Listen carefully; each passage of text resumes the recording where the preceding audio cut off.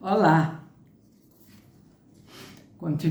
Continuando então aqui a leitura das crônicas da Márcia Galo.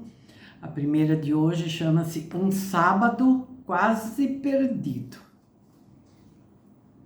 Sábado de muito sol e o dia todo para relaxar, a não ser ir ao supermercado, pois, como dizia sua mãe, primeiro a obrigação, depois a devoção. Ela dirigiu-se ao supermercado do bairro, que na verdade era um hipermercado, com tudo e algo mais. Estacionou o carro em uma vaga coberta, porque a temperatura iria subir, de acordo com a moça do tempo.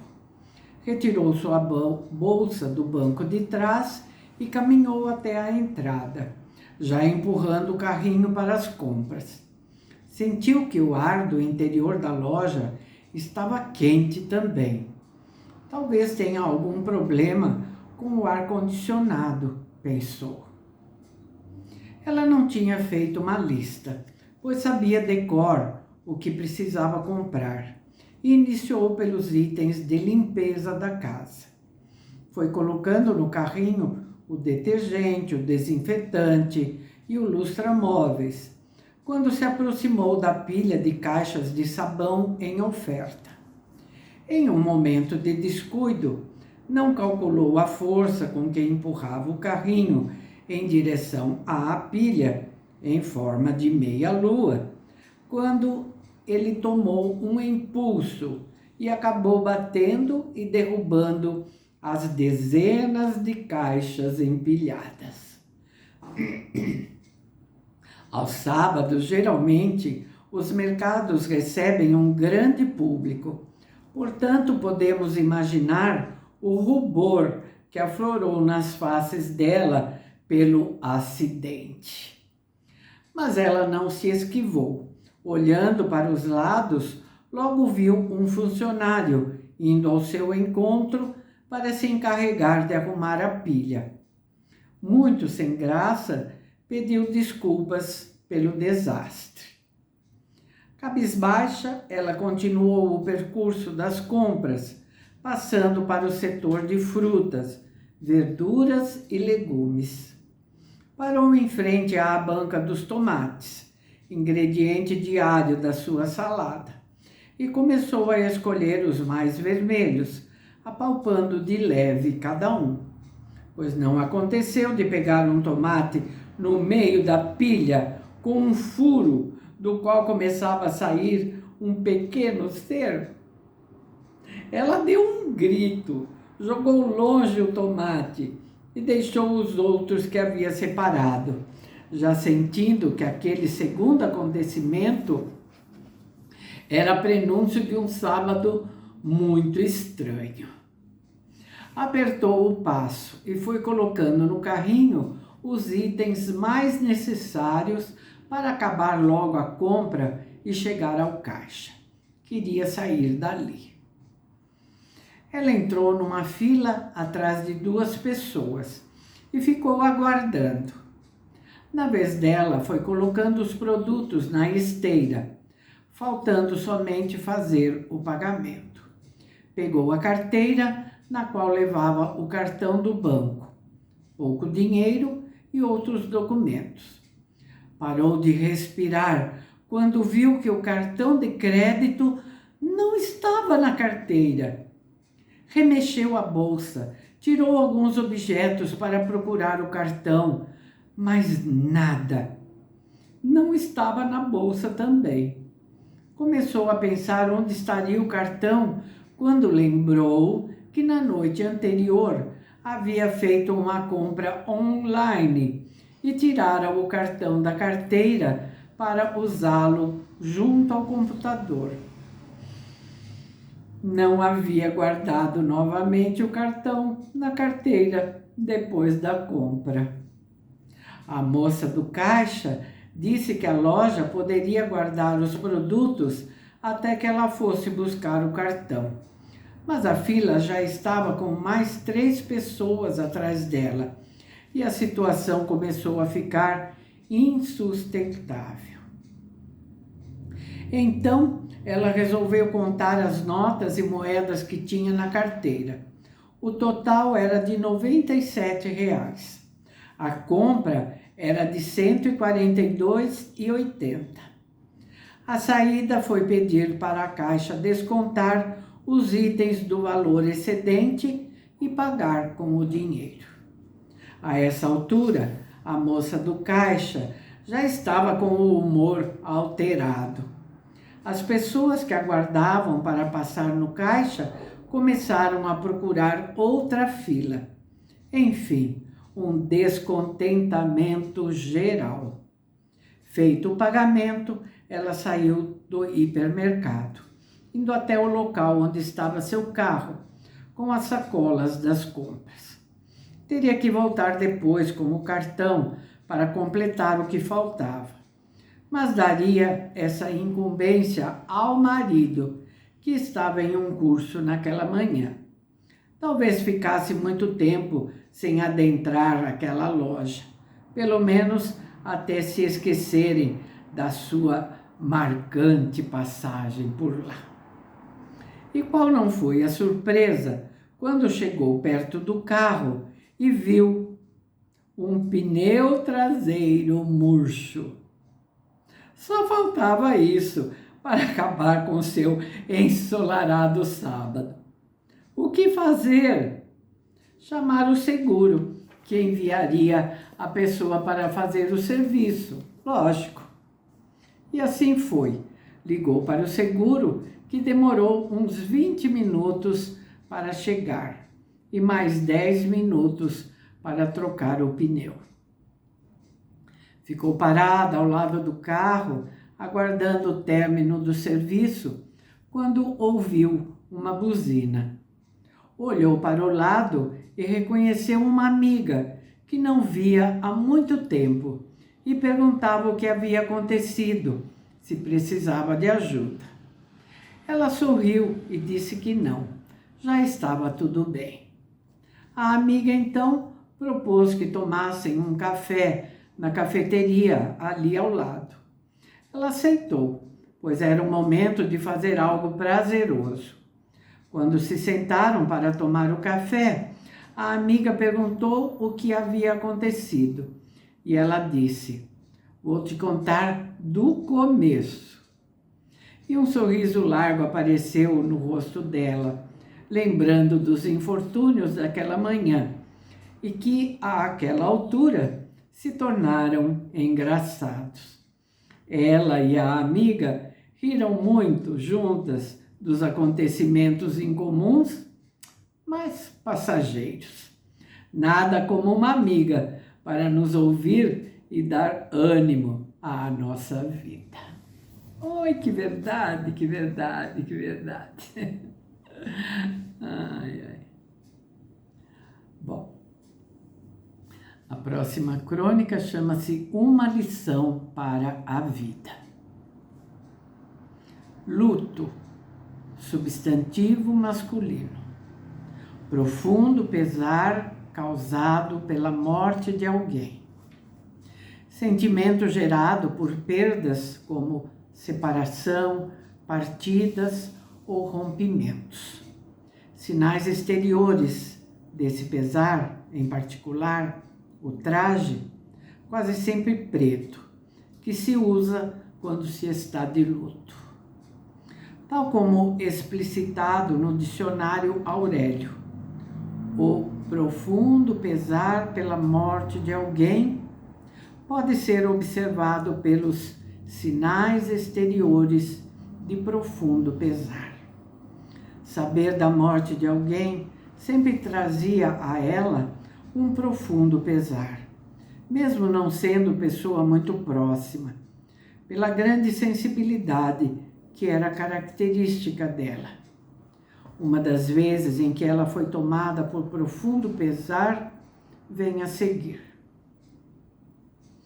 Ela costumava comprar descartáveis e produtos de limpeza em uma pequena loja próxima à sua casa, mas onde havia uma enorme variedade de itens com preços mais acessíveis que os dos supermercados. Somente uma coisa não era agradável: o atendimento do vendedor, sempre muito sério e de poucas palavras. Passados alguns meses, desde que fazia compras nessa loja, ali entrou e viu uma senhora no balcão, ao invés do senhor. Como era um fim de tarde e ela estava com pressa de ir para casa, acabou esquecendo sua inseparável agenda em um canto do balcão da loja. Sim, ela tinha uma agenda de papel, onde anotava compromissos e coisas mais. Voltou para casa com os produtos adquiridos e entrou na rotina de preparação do jantar, porque seu marido logo chegaria. Ao toque da campainha do celular, foi atender e viu um número estranho. Mas atendeu a si mesmo. Era a senhora da loja, avisando que ela esquecera a agenda e que, felizmente, havia o número do telefone na página inicial. A senhora disse a ela que aguardaria sua ida à loja para buscar a agenda, uma vez que moravam no andar de cima da loja. Ao agradecer a senhora, perguntou sobre o senhor José Antônio, que não viu naquele dia, e soube do que vinha acontecendo. José Antônio sofria há anos de uma doença do fígado, que foi progredindo até chegar à internação naquela semana. Ela perguntou sobre o tratamento e soube que se tratava de doença incurável e nem o transplante poderia ser cogitado. Com palavras de consolo, ela despediu-se da senhora, com a mente focada naquela informação. Um misto de complacência e arrependimento tomou conta de sua consciência, especialmente lembrando que criticara intimamente o rosto fechado daquele senhor, mal sabendo o que se passava com ele.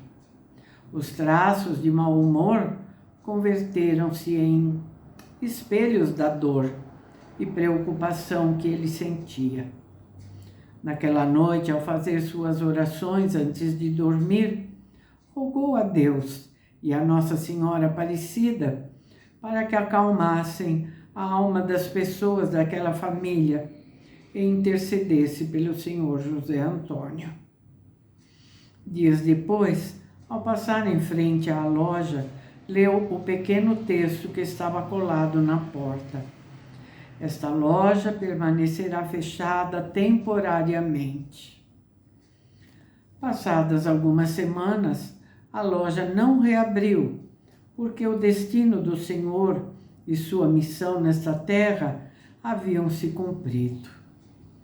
Apesar de não tê-lo conhecido mais profundamente, o sentimento de pesar tornou-se presente e se renova a cada passagem dela pela calçada da loja, bem como seu eterno pedido de desculpas por ter julgado erroneamente aquelas atitudes. Mais uma lição para a vida.